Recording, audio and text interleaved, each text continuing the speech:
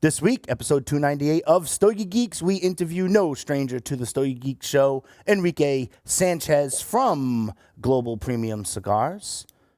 Also, we're going to tell you how you can log on to StogieGeeks.com and register to win a Diamond Crown Humidor. Also, Andrew flashed me an email of his favorite hotspot, tagged Stogie Geeks in it, and it prompted a conversation that he wants some cigar pairings. So I have some cigar pairings coming up in the second segment. And we got some other stuff that's coming down the pike here on Stogie Geeks. Right here, follow us on StogieGeeks.com/298 for all the show notes. It all starts right now on the Stogie Geek Show. This is a Security Weekly production. Broadcasting live from G-Unit Studios in Rhode Island, it's the show where cigars burn slow, ashes fall fast, and cocktails flow steady. It's the Stogie Geek Show. Welcome, everyone, to the Stogie Geek Show. Joe and I are already silly. Oh, yeah. Joe Hozempa, a.k.a. Joe Hollywood, is here with me in studio. I'm fired up. And Confidence. Confidence isn't walking into a room with your nose in the air, thinking you're better than anyone else. It's walking into a room and not having to compare yourself to anyone in the first place.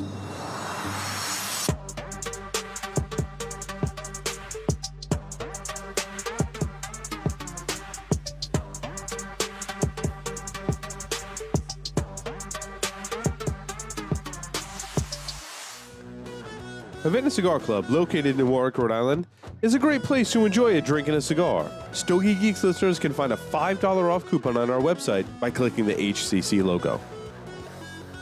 Welcome to the Stogie Geek Show. I'm your host. If I need an introduction, it's Joe Hozempa. How's everything going?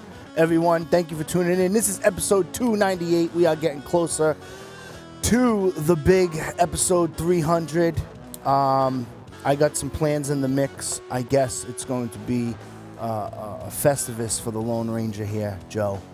But anyway, I want to introduce Enrique from Global Premium Cigars. Enrique, how are you? How's everything going? Oh, everything's great here, Joe. We're here enjoying Florida weather, in which, can I say it's beautiful. It's not hot, it's not cold like up north, but it's beautiful. Yes. So, I'm not falling for it this year, right? Every year at this time, first couple weeks of March, we have 50. Yesterday was high of 59. The snow's starting to melt. The roads are like crap. They got potholes everywhere here in the Northeast. Let me tell you something, right? And every year I say, this is it. We're gonna go. I'm not doing it this year because all the time we have like an April snap. It goes back down to 30, and we don't end up golfing until May. And then there you go. And then I'm not falling for it this year. I'm officially just saying I have my winter coat in the back seat of my car, and if it still snows, then the heck with it. It still snows. I'm not doing it this year. Not falling for it. So I don't blame you. I don't blame you. that's one of my New Year's resolutions. I'm not falling for the pre-spring because it happens. It's so gorgeous out. Like I wore a sweater today, with a t-shirt underneath it, and then which has been normal to get now. It's like I need the short sleeves. It's hot. The heat's still on in the building. It goes back and forth. It's just crazy. I'm not doing it. So anyway, I want to catch up with you. For you Stogie Geeks listeners that are just tuning in either to Stogie Geek Show or finding out, if you want to see the previous interview with Enrique, it actually was a calendar year and 2 days ago, March 13th of 2018. So I don't know how that works in rotation. It was just sheer luck, I guess. But welcome back to Stogie Geeks. What have you been doing for the past year? Give us an update on Global Premium Cigars. Well, first of all, let me tell you something. I don't know if you want to call it a lucky thing. It was exactly almost a year ago. I will say it's destiny. So, I will put it away. So back to your question, we always working very hard, It doesn't matter what my kids said that we don't work, we only smoke cigars. No, but we do work. Yeah, so there's many things coming up in the line. There's new surprises coming out this year. We're preparing new surprises for later on in the next years as well. So it's always a great roller coaster. It's a beautiful experience. Yeah, it's been a roller coaster. I mean, it's been a roller coaster both in and out of the cigar industry. With this current administration, you know, you had the current head of the FDA resign. Then we have another one, and if you look at the resume of the new one, it's a provocative resume. He sits on the board of the Cancer Society, which I'm hoping that there's some logical research in that the separation from what premium cigars are versus other tobacco products. And I'm hoping that there's going to be a separation for that so that we can finally put this argument behind us that I've been having either with Stogie Geeks or my previous radio show about cigars. I've been having the same conversation for 5 years. It's kind of old hat now, you know? It's kind of getting old hat. What do you think? I don't blame you. I mean, it's imagine for being a manufacturer side, it's not easy. Yeah. You know, dealing with everyday work. I mean, trying to create something great always that's not out there, and still thinking about watching your back every time, seeing what the FDA is going to do today. It's not easy. You know, let's focus where the good things are, when we can create the magic in the tobacco, and hopefully, you know, the problem with the FDA goes away more sooner than later. Yeah. I'm thinking, you know, I had said back in 2014 on my radio show, and I actually just pulled all of the clips of all of those shows, and I'm going to do something with the producers here. I had said in an interview many times in 2014 and 2015, it's going to be 2020 by the time we know what the heck's going on. I'm not that far off. Like, I just picked a number, like, outside of my, you know what I mean? You know how you start talking, yeah, it's going to be like 10 years from now. I just picked it, and I'm like, wow, that was a pretty good prediction over there for sure. You know, it's crazy how the time flies, you know? How the time flies both in and out of the industry, you know? You're absolutely right. Update us, take the Stogie Geeks listener as to, I love your motto. Is it still relax and enjoy? Is it still always? Yeah. Any other way to be uncivilized? Come on, really? I know. It's all about relaxing and enjoying. I know. Take us through for the Stogie Geeks listener who's catching up with your brand. Take us through a little bit of the history of how you started. You don't have to get in too much detail because there are other interviews that have that. But kind of how you started, how the industry has changed since you started, and what you hope to get out of the industry coming in 2019, 2020, and then any updates that you have on the 1502 line. Of course. Look, I was a cigar aficionado exactly as you guys. I started very early in the 1990s enjoying cigars. I'm not going to share the first experience because the first experience is never the best one. But I fell in love with the industry as it is. But then I started looking for every time for different different cigars itself, and there was something there was missing, and that's why it gets me a little bit of trying to create something great from my side. And that's when it was 7-8 years ago that we came out in the market, and actually was Orlando, IPCPR Orlando. Mm-hmm. And that's when we did our first debut. We came out with our blended selection, and which is 1502 Emerald, 1502 Ruby, 1502 Black Gold. Mm-hmm. And we call it blended selection because it's 80-90% is Nicaraguan tobacco, but it has something else from other countries as well. So, you know, like in Scotch, you have blended Scotch, you got single malt. We got the blended selection in that category. Later on, we did create the origin selections, in which we have 1502 Nicaragua and 1502 Blue Sapphire, and which they're pure 100% Nicaraguans. And actually, 1502 Nicaragua, it has tobacco for all the 4 regions that we grow tobacco in Nicaragua, at least the 4 main regions. And then, of course, the Blue Sapphires, it does not have Ometepe, but it has the other 3 plus a small one that we create a little bit more in the northeast in Nicaragua. So it was very interesting. Now we do have 2 selections, and of course later on we came out with a 1502 XO, in which it's coming back to that one. Last week we did release the 1502 XO Robusto Gordo. You know, it's let me put it all the way around. There you go.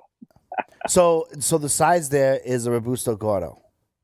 Yes, sir. Awesome. It's a 5x52. It's you get all the beauty of the XO, but if you don't have that much time, it is perfect, and it's like it's more espresso, so it's delicious. That's awesome. That's awesome. So that you come up with that blend. It's kind of limited, right? It's a limited blend. It comes out at different times. The ruby and the emerald, I remember those being so incredibly awesome here in the Northeast. And it was funny because I'm going to tell you a story. After our interview with you last year, right, I went on a witch hunt for them here in the Northeast, and I actually found a box of the emerald. Correct me if I'm wrong. That's the green label, correct? Yep. Okay. So the green label, and then the black label.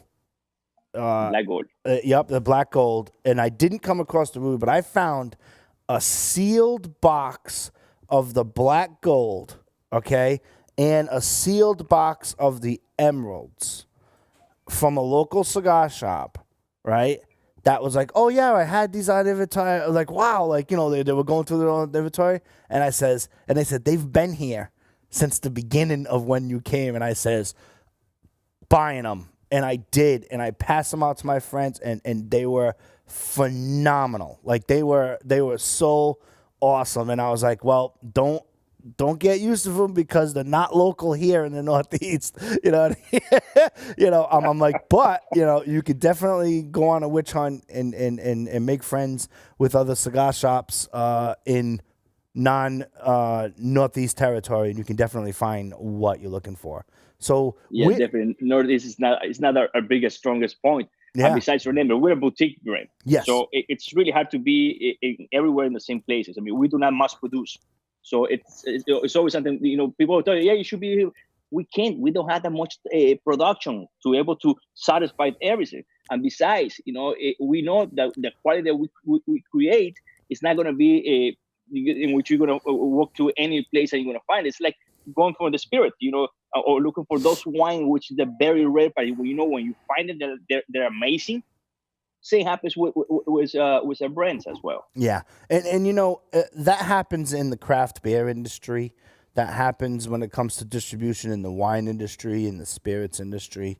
And to me, as a Stogie Geek consumer, before I became a host of Stogie Geeks, but to me, as a Stogie Geek consumer, that's what I found fascinating about the industry. So when you go on travel and you go into a cigar shop, and you're like, oh, I remember those, and it's kind of like treasure hunting, right? And I still get super excited. I mean, I walk in the humidor. I mean, even if I go to my local tobacconist, I'm still a good 10 minutes to choose a cigar that I want to have for that day. You know what I mean? And it's part of the fun. It is. It is. Imagine if you go all the time to the same place and you always find the same tobaccos, and which you find it anywhere. Yep. What's the great? It's that excitement. But if you manage to find those golden treasure, and you're like, wow. Yeah. Now you had something that you make your day for it. Yeah. So that's always good. Yeah. I enjoy that aspect, and that aspect pre-social media and all that stuff.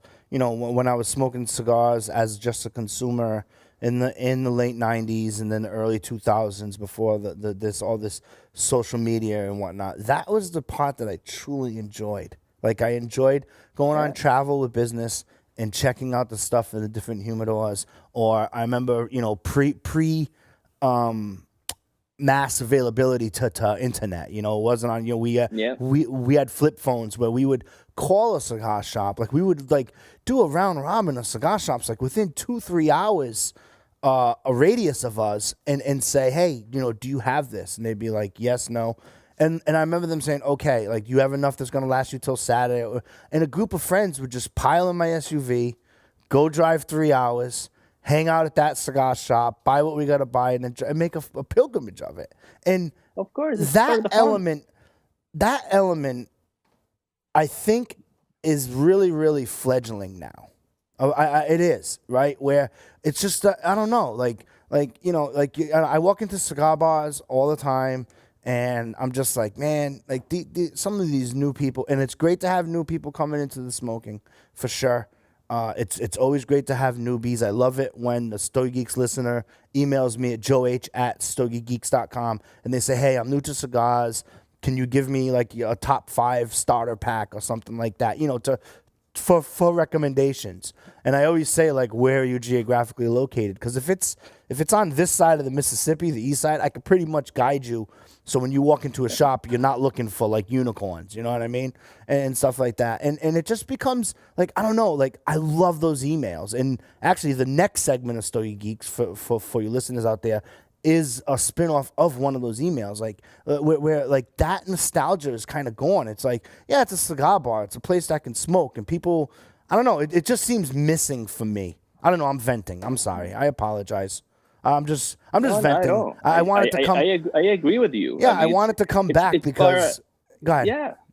You know, I was saying, you know, remember, we all were newbies or beginners in cigars in a point. I mean, that's something that, and when you have somebody that knows about the lifestyle of cigars, and can guide you, that's a beauty thing. I mean, it's not why you only use the local cigar shop in which you always go there to smoke. While they're trying to push out more of less and out of the humidor, it's about also talking about other people and creating that connection. And you know, and understand that not everybody has the same palate. So what I like might not like when I work for you, but the only way to actually understand that is by trying it. Mm-hmm. And if somebody they actually have the love and passion for this industry doesn't guide you, you're gonna be missing part of the fun in there. I know. It's you know, it's crazy. What are kind of your hot spots now geographically where 1502 is kind of you know doing pretty well in regards to concentration of shops? I mean, it has to be like Atlanta, Georgia, right? Atlanta, no, maybe. Atlanta, it's not one of my hot spots. Okay. Always been in general that it's Coast. That's how we get started, and we didn't go. We haven't go all the way up to the north, a little bit more when you guys are. But now we're trying to concentrate a little more our forces in the West Coast. You know, getting more to that area, in which in the last 7 years we have not had the chance to have that strong presence there. Mm-hmm. So we're trying to. And remember, we're very particular with who we work with. I mean, it's not like, hey, here's my, example of the box of cigars. For that, see you next time IPCPR or see you whatever way you need it. We're trying to have more communication with account. It has to be a great relationship. Mm-hmm. So geographic, we are more located in that area, but take that in consideration today. Yeah, with all the internet, with all the contact, you can reach out to us anywhere. Yeah. Anyhow, it's very easy. Yeah, you actually brought up a good point too, where what I'm noticing here, you know, each year kind of has its little bit of a theme, in my opinion. And what I'm noticing now is that most of the brands, even be them classic facings or the boutique or small batch cigars, they're really focusing on their current book of business, as opposed to going out and getting new business. Which, of course, again, I'm gonna vent. That makes it pretty boring for the consumer. You know, it makes it great for the shop owner if they're one of your clients and they're pumping the cigars. But it makes it pretty kind of stale for the consumer. You know, there it's just kind of like, you know, because I walk in the cigar shops like, what'd you get new today, or what'd you get new this week? And before. And again, it's not a testament to 1502 or Global Premium. It's just in general, they would be like, oh yeah, we have 1, 2, 3 that are brand new. And I'd buy them and they would, you know, you kind of have like sticks on deck that you would smoke that you never even tried before. And just kind of there. And, you know, they're not really blaming the FDA because you guys are getting around by bringing back some older creations that past the predicate date and all of that stuff, and doing what you have to do to kind of just kind of wait, right? You're kind of treading water as far as, you know, are we going to go forward and develop another blend, or are we going to just, you know, go a little bit back in time and do some resurgence of a blend, and that's all marketing and stuff like that. And I think it's very important for sure. But from the consumer perspective, I'm not really getting excited for stuff, and I don't know. I mean, this industry, since I've been in this industry, it has been more as I said, the music industry. So what's the 5 hits of this week, and then it goes to the next week, and what's happened this week is not going to be had next week, and so on, so on, so on. Okay, I understand that for the music industry, for the cigar industry, is quite different. I mean, you develop a blend in which it takes years to develop, or sometimes decades to actually to perfection it. And you give it the first week a try, and after that, everybody's like, "Oh, I already tried it because it's a great cigar, but let me see what's new now." I was like, "Wait a second, you're missing the part. Just because it's not new doesn't mean it's not great." Right. It's and besides, and there are many other places in which they're new to them because they didn't have it before. So it's a little bit of confusion now. The FDA, into a point, is gonna put a stop to that. So that tendency in the consumer's mind, and it's always have to get what's new. They can slow it down. So wait a second, it's not like that. It takes a lot of years to develop this. So it don't give it just a shot for 1 week. Yeah. So we have to play with the rules that we can play right now. Yep. So in a point of that, it's that it's always good to go back. There are many great cigars out there, and there's companies in which their idea is to release 18 vitolas or different blends every year. Mm-hmm. In Glow Premium Cigars, we have developed 6-7 vitolas or 7 blends in 7-8 years, just about. Well, different sizes will come out and everything, but we're not in those tendencies that we have to come out with something new every time. We always like, hey, this when we create something, it's there for a long run because it's a great product and it's there for you to enjoy it the most of the time. So you always have to take that in consideration. We're not that much into fashion. Yeah. Again, it's a good point. It's the opposite side.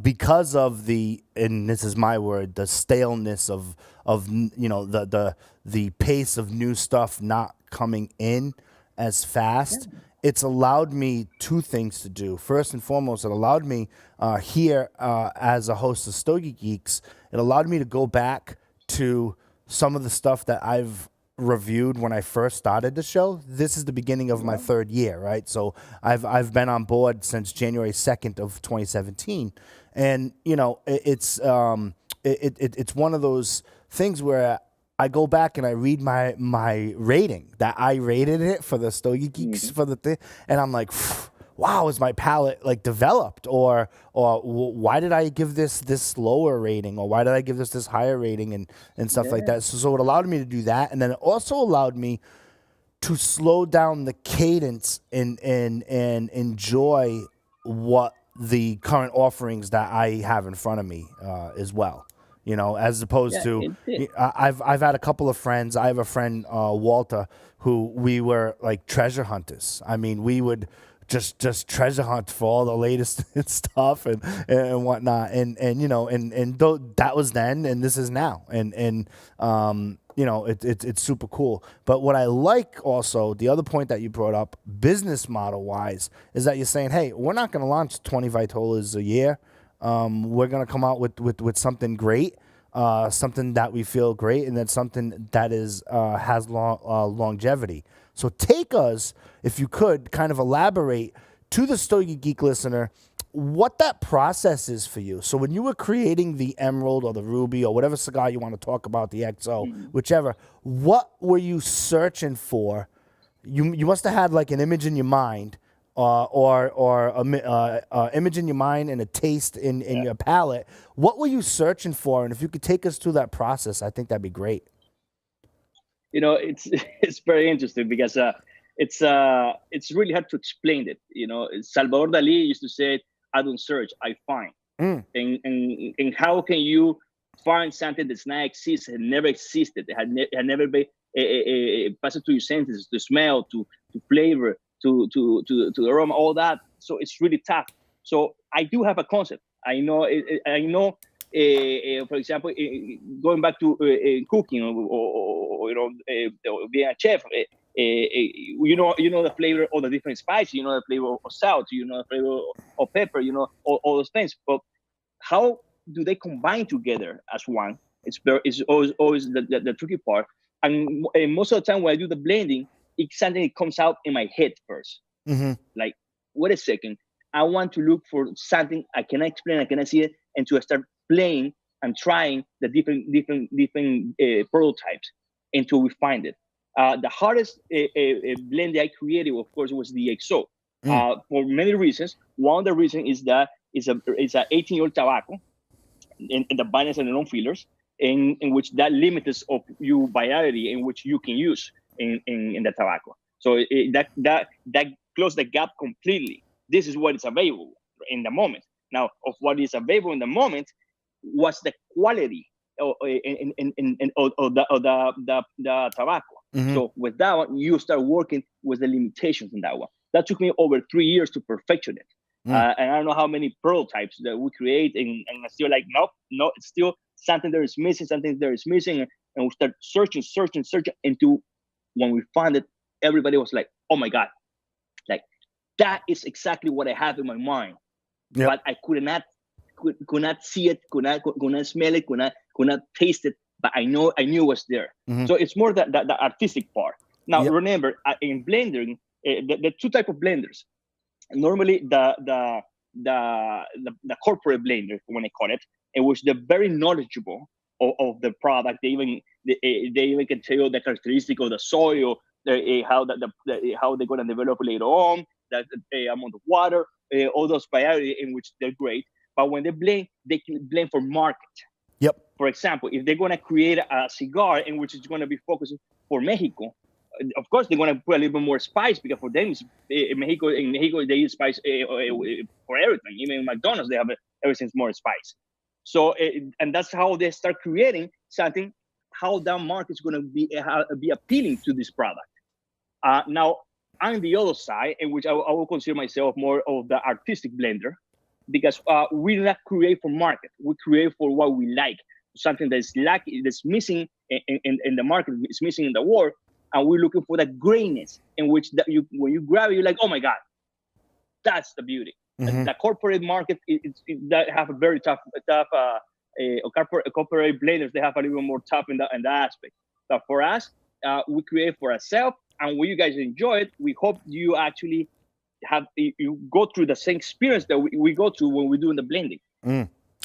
When you were going through the blending, did you do it kind of individually with yourself, or did you have some sort of a panel when you were coming up with the blends, or would it differ per Vitola?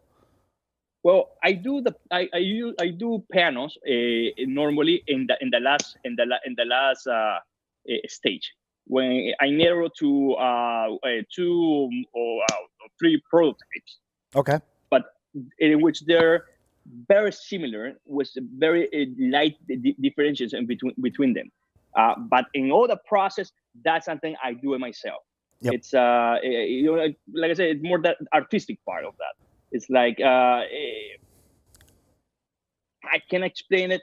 Sometimes when I go to Nicaragua to see the factories, I see people in the blending room working in different blends, and I'm thinking to myself, wait a second, I don't have the experience to say how that cigar is going to taste in 6 months after you roll it. You put it in an aging room in which it's going to taste completely different of what you're using right now on the table.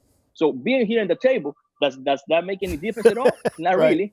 But what I do normally, it's like I have something in my mind, I put it together, I send an email, or I call the factory, say, I want this, because I'm gonna give me all the characteristics, give me 10 varieties. Wait 6 months, in which they're ready in the aging room. I get to try them. I start doing my testing all to the line. Yes, no. I start narrowing those, doing the twist necessary, and do it, and then we narrow it to a few prototypes, and then you have to wait another 6 months to actually try again all the changes you did. So for me, it takes a lot longer in the blending process, because something I have learned is that you cannot rush time. This is a product that needs time, and if you roll it right away and you're going to smoke it, it's not going to be the same. They have the blends or the tobacco has to marry each other, and the only way to do it is time. It's time. Yeah, you have to have time and a lot of patience for sure. Oh yeah. Kind of, it's not really a personal question, but did you have like a journal? Like, did you, like, I picture you kind of like, you know, relaxing, you're enjoying, you say, okay, I'm going to do blend number 1, right? And today I'm going to do 1, 2, and 3, or whatever your cadence is, smoking cigars, right? And don't worry, after this, we're going to play a game, right? So I'm going to get your mind thinking too. Right before you leave, I'm going to try to guess what flavor or what characteristic you are trying to go for the ruby, emerald, and the gold, and see if I'm right or wrong. So I just want to let you know, because when you said you were trying to go for salt or sweet or pepper or whichever, I'm gonna see if my palate can at least compare and contrast, and I think it'll be fun towards the end of the interview. But what were you doing?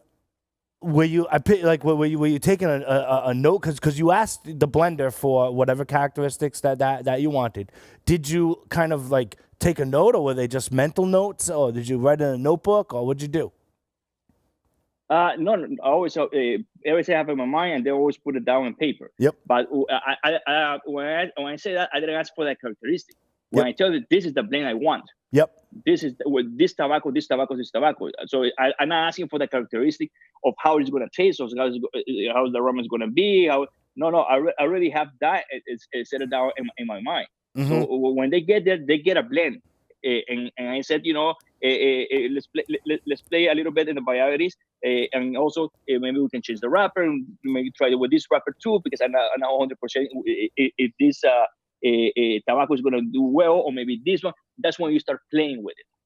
But I don't say the information about what I'm looking for as a flavor profile. I send the information of the tobaccos that I want, because I know those tobacco are going to have those characteristics in the flavor profile later on. I gotcha. So then you kind of reverse engineer it and see if they've done their job, and make sure that it's close to what it is that you want. I gotcha now. Exactly. I gotcha. Yeah. But and I'm more the concept I play down myself. I work down myself first, and then I put together the blend, and that's when we start working to see how it's gonna taste.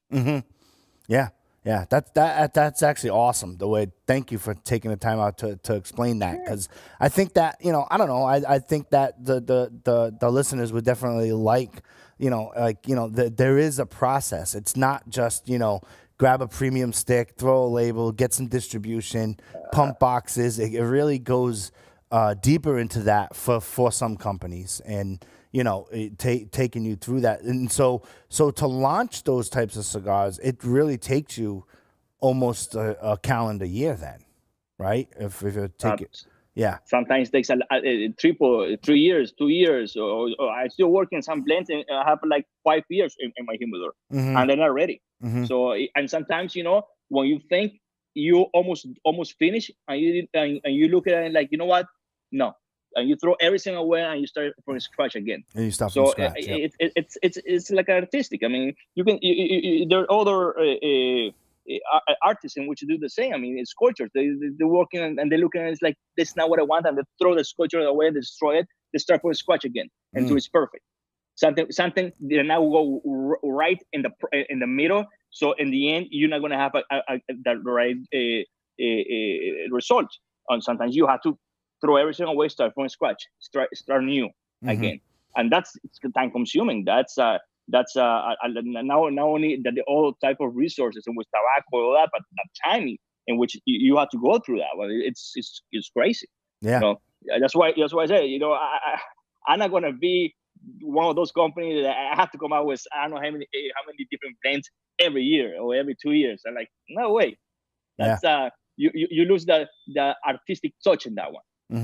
So it's more important for you to stay with those economies of scale within the business, to just really be who you want to be within the industry. You're not. You're. So in other words, you're from a business standpoint, you're internally centered as opposed to externally centered, right? You're just saying, this is what I like, right? This is who I am. I make badass cigars, and if you want them in your shop, here's my email, or give me a call, or Sure. And I love it. I would say in time, there's good times, bad times, sometimes in between. We know that things change in time. But what I can guarantee you is that we will not change. We cannot change. It's quality, quality, quality, quality, always. That's a key.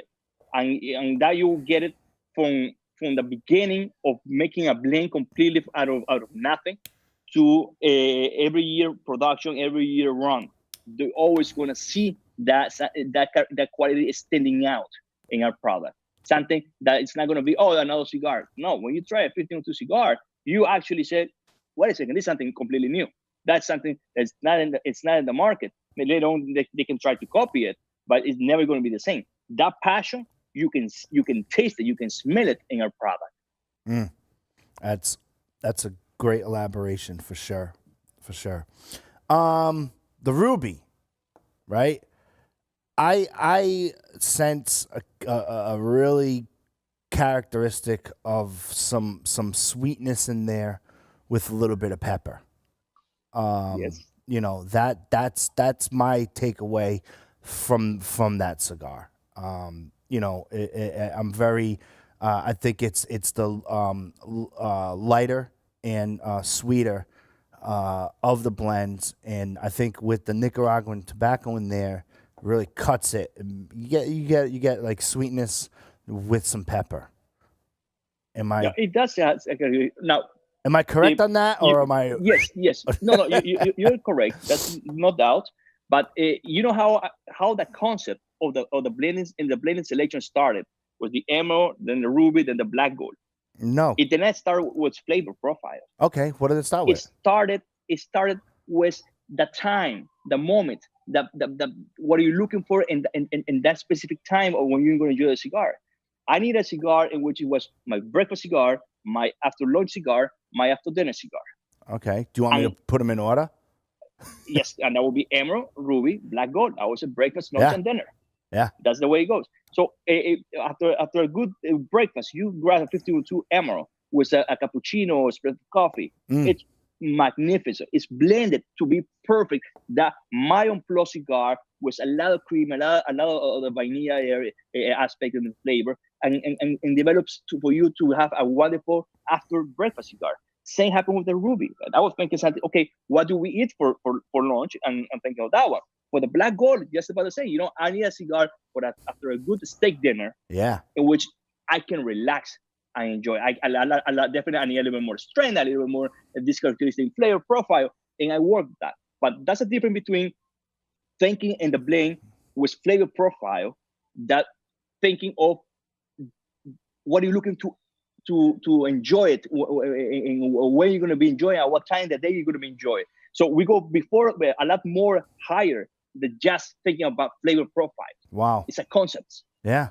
That's awesome. Thank you for that elaboration. That's awesome. So the Ruby was intended to have as a midday after lunch cigar, for sure. Of course. And then the Emerald, which is a green label for the Stogie Geeks listeners who are listening on audio. The Ruby has a red label with 1502. The Emerald now has a green label. It's green and gold, right off the top of my head. I don't have Yes. I have none anymore. Like I have no 1502 whatsoever. Like they're off the map here. But it's green and gold off the top of my head, and that was made for the morning. For the morning, cup of coffee. I could see that because it's got a little bit of pepper component for sure. In my opinion, slightly more than the Ruby, at least on my palate. So kind of wake you up like a cup of coffee would, or espresso, and get you going and start your day. There for sure. Even even for if you know, for one of those days or one of those mornings, which they're a little bit tougher morning, that you need a Bloody Mary. Yes. 1502 Emerald pairs perfect with that. Perfect with a So blood. I was going there. I know. I can't go through an episode without talking about Bloody Marys, right? and you know, and I was going like, yeah, definitely. I mean, your black label there, the black gold, is that Black gold? The black gold and the emerald. I mean, spot on for a Bloody Mary. Like spot on, completely ready. Saltiness component, so good. For sure. But yeah, you get a Bloody Mary, get yourself going. You know, usually we do Bloody Marys on Fridays here at Stogie Geeks. Today, I decided to go with the Lagavulin 8. Kind of, it's peaty. It's peaty, you know. The jury's still out on this exact year. I much prefer a Bloody Mary for sure. I probably should have went with the Bloody Mary. But next time you know. Oh, no. After the it's not next time. It's after the show, I know. You know, we have a full bar over here. So, yeah, we can definitely, fix that problem that I'm having, you know. Well, you know, and going with the idea in the blending, you know, that we not use flavor profiles as a blend. We use concepts. Yep. 1502 Nicaragua, it was just about the same. 1502 Nicaragua, the way I got inspired in that blend when my wife told me she was pregnant for my mini-me, the youngest one, Enrique Fernando. Mm-hmm. I'm from Nicaragua, my wife from Nicaragua, born and raised, and my kid was born here in the United States. And I want to create a blend for him when it represents Nicaragua at itself, so he never forget his roots. And that's how I started working now. So Wow. if you can imagine, I didn't start working in the flavor profiles. I started working in the concept as it is. That's when I said, okay, first of all, I have to have all 4 regions, or the main regions that we grow tobacco in Nicaragua. You have Jalapa, Condega, Estelí, and Ometepe. Wow. All in one blend. In which it's very rare to find that, because especially in Ometepe, it's really rare to find the tobacco. Yes. But and very important, I didn't want none of the blends or none of the regions actually stands out in the cigar. I want Nicaragua together as one. Wow. And that was the toughest one. Balance that blend. It took me, my wife told me she was pregnant, and the first time we came out with a blend, and it was for my family and friends only, because for my kid baptism. So you imagine it was over a year. Yes. In the making, the process, and everything, and now, and that's the cigar itself. Then you have to do the packaging that goes with that blend as it is. So all that artistic part put in together, that it is a tough one, and that's one of the most complex, especially Nicaraguan, pure Nicaraguans that you're gonna find in the market. Blue Sapphire, it was just by saying, I love Nicaraguan tobacco. Let me try something a lot. It will be a lot more full body to the line, or a little more to that corner, but a little bit more of the flavors, and when I didn't have the other part. So it's you play with those concepts when you're creating. Awesome. So now that we're elaborating the concept, and you did an awesome job explaining it, take us through the XO. So what was in your head for that? I mean, that's the next logical question. And then the one after that's the black gold, and then we're good. Well, I mean, the XO was something very rare. I always wanted to experience was aged tobacco. And actually, I got inspired for the. Are you familiar how the blue label for Johnny Walker got to be where it is today? I believe so. I believe that the blue is the higher end of their offerings there, and it has to deal with a certain amount of time and an ingredient that was missing. What ingredient? I'm not too sure. Am I almost there? I'll tell you how the blend it got to be the Johnny Walker Blue. That's what I like about you. That's what I like about you. You have a polite way of saying I'm wrong. No. I'm not saying you're wrong. It's like I got you. You're not 100% accurate. Yeah, I got you. That's why. Oh man, I could talk to you for days. Every year they have X amount of productions in Johnny Walker when they're gonna produce, for example, the black label in Johnny Walker. So, and the master blender comments like, this is the list, this is what the barrels I need. And they put it there, they look in the computer, and, and they get all the barrels that he needs for that production. And that's it. What happened with that system is that always are leftovers. Yep. In which they go to the corner, but after 10 years, 20 years, 50 years, you can imagine that corner now is a warehouse. Right. But there are few barrels in which you cannot mass produce them again, in which that limits. So for them, it's that they now have a problem. Yeah. I cannot mass produce them. The quality premium scotch there, but there's nothing to do. So this blender start working with that. I believe the Blue Label have like 40 something different scotch all put together, and the idea that. So that's why it doesn't appear in a year there, because in Scotland you have to put the youngest of the blend, or you use as a blender, as a blend. So and that's when I got inspired doing and thinking about doing the XO. It's like, that's where I come to Plasencia and say, let me get access to those bales of tobacco in which they're premium, but the big guys cannot produce them because there could be a small bale. And then it's like, okay, because somehow, of course, seeing that they have a problem because all those taking space and they cannot use it. But as a cigar company, as a boutique cigar company, I can. Yes. I can create something great, perfection it, and make it small batches year to year. Because when the 18-year goes, the 17 kicks in, and so on the 16, and so on the 15, and it's a chain reaction in that one. Yep. But to be able to do that, you had the limitation of this, what we have. That's it. And from that, you have to choose, this tobacco is not to my standards. This tobacco it is, but this tobacco doesn't go well with that one. I mean, in the XO, we have 3 different tobacco as a filler, as the long fillers, and one as a binder, all 18 years old. So you have 4 different 18-year-old tobacco there. Putting that together, and then seeing later on, once they get married or that, how they're going to develop, and how great they're going to be in the market. Yeah. That was a roller coaster in the experience. But I think a lot of these have to play with luck. You wish you created something for the best, but sometimes it does not work. But so when it does work, you're like, oh my God, I got lucky. Well, I don't think it was luck, but it's. Luck has some part of it. Sure. I have a question for you. Because it's all 18-year-old tobacco that not a wrapper. Yeah, right. Not a wrapper. All the tobacco or binder that's blended together. Once it's blended, does it still have to go for that natural process of 2 years or 6 months? Some go for 6 months, but of course. Even though it's older tobacco, wow, I did not know that. Wow, I knew that it wouldn't be ready right away, but I didn't know that if it still has to age. So the fusing process of once it's rolled still has to go through that aging and curing time, regardless of how old the tobacco was.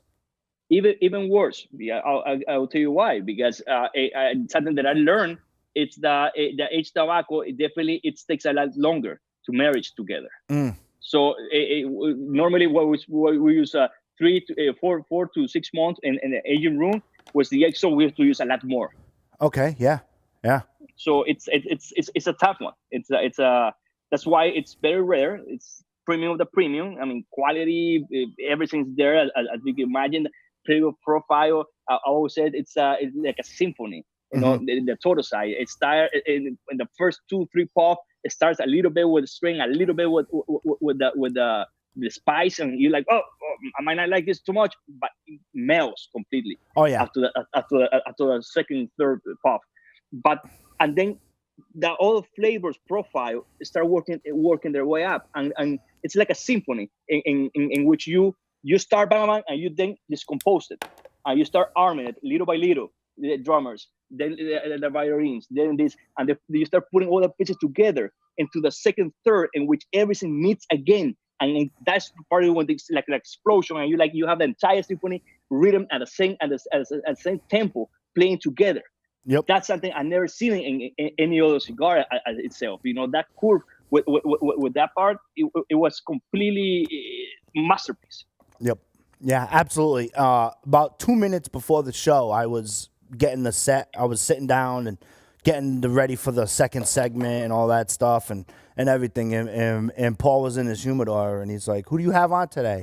I said, "Enrique." He's like, "Oh." He's like, "XO." That's all he said. That's like, and then he walked out the door. That's it. That's all. He literally goes, "Oh, the XOs," and then he grabs his sticks and he walks out and he goes on to do his other thing, and that's what he says. And he said to say hi, by the way. So he says, "Tell him, tell him I said hi." Best. Yeah, I will. We've been very, very busy on the security side, for sure. But it's the first thing he said, which is a testament. He's like, "Yeah, they're the XOs." Like, and he did that kind of like, that thing he does with his hands, and then he walks out the door and whatnot. Yeah. The problem with the XO, I think I did mention it before, is the limitation that we have in production. I mean, everybody wants the XO. We come out with like for example, the Robusto Gordo. Last week, we were just about sold out. Mm-hmm. It goes very quick. Yeah. And and the problem with that one is you have to wait until the next year, or I don't know how many years, to get that Vitola back again in the market. Mm-hmm. So it's because we have to get space to other Vitolas in which they gray as well. Mm-hmm. So that's the biggest thing. Is everybody wants the XO. It's like, well, not everybody can have it. Yeah. Not even me. I remember when we first released it, I was out. I had to wait for like 6-8 months for XO. I remember going to a friend's house in New Jersey, and I was like, "Dude, do you mind if I grab one with the XOs you have?" He just looked at me like, "Really?" Like, "I'm out. Dude. I've been out for 6 months already." Yeah, absolutely. Yeah, it's just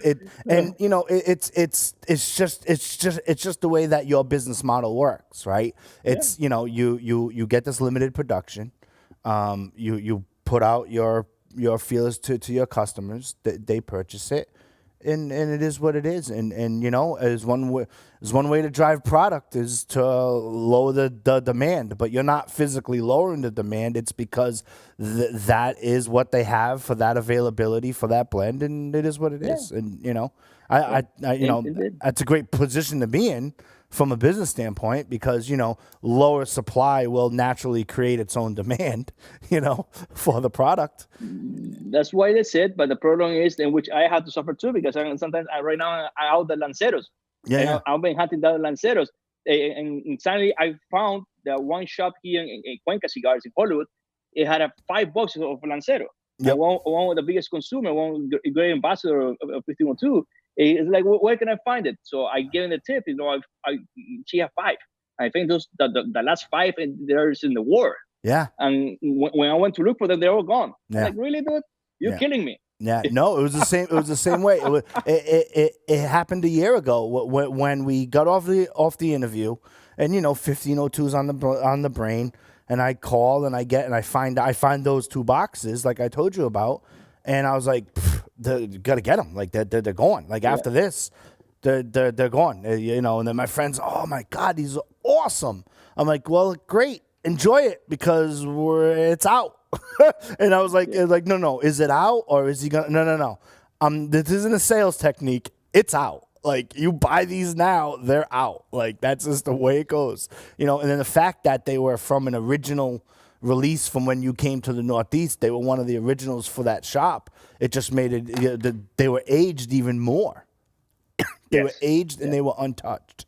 So, it really was a gem to actually find, for sure. So before we let you go, I guess the Black Gold. What was the concept of that? I mean, this has been such a great segment for you to break down exactly how you orchestrated to bring these cigars to market. So the Black Gold, what was that intended for? We know you said that it was for evening after dinner, after a steak dinner, but what was that image in your head?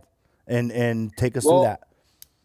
Remember, the Black Gold, it goes to under the blending selection category. Okay. So it's a 85% Nicaraguan tobacco. It has San Andres, Mexico as a wrapper.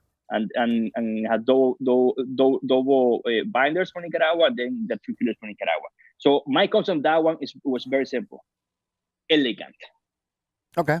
An evening cigar, an elegant cigar, in which after dinner, or if you are in a cocktail party or anything, and you want to have that cigar with scotch, with rum, or with cognac, it goes beautiful with it.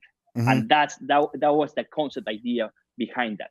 It was something after that dinner in which the biggest the old saying is like, well, gentlemen, now we can have a cigar. That was the concept of the 1502 Black Gold. That's awesome. That's awesome. Anything new coming up, IPCPR, you want to tell us about, or you're kind of just waiting as we get closer? Because we do get the press releases that you send out and stuff like that, and we bring those up to presence on the show for sure. It's always good to know, but. Anything you want the listeners to know, stay in touch with 1502 or follow you on social media, how can they get in touch with you? Oh, and by the way, I don't know if you personally use your Facebook, but I friend requested you a year ago and you exceeded the limit then. So I don't know. Yes, it says you've exceeded the limit. You got a lot of friends. You know what I mean? So Jesus. I'm feeling by the time you friend me, Facebook's gonna be old book or whatever. It's gonna be the old MySpace, and then we're gonna be on to something else. So do me a favor, because friend me again. I mean, maybe a couple of my friends, decide I'm not that good as a friend. They move away. So I'm sure they're always getting new requests every day on Facebook, and I always accept them. So please do it again. Okay. And we are in all social media. I mean, everything is 1502 Cigars or Global Premium Cigars. Even in Facebook, Twitter, YouTube, Instagram, it's easy to find us. In the website as well, globalpremiumcigars.com or 1502cigars.com. It goes to the same domain. And in that way, you can reach out to us that way. If you can for accounts, if they're looking to bring them to the shop and everything, they can contact us that way as well too. It's always very easy. And for IPCPR, we always have surprises. And every time, doesn't matter if it's a new blend or extension or the new Vitola, there's always new things coming along. Right now, we are working really hard to come out with bring back Cachitos. Cachito was the release, or was it last year, IPCPR. Mm-hmm. It's a Nicaraguan and Honduras blend. I always put it very clear, no borders between it. And it's beautiful for a small short time smoke. It's a 4.5 by 50. It's a short robusto. Mm-hmm. So, and the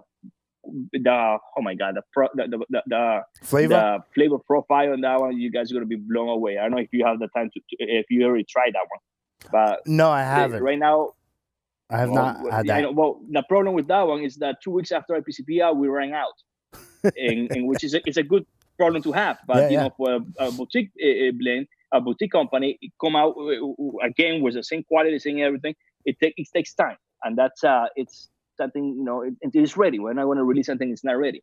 So hopefully we get those back in the market very soon. Hopefully before IPCPR, but still for IPCPR, there will always be new things. Awesome. Enrique, don't be a stranger. That was Enrique from Global Premium Cigars. Enrique, thank you very much for your time. Stay safe out there. How old's your son?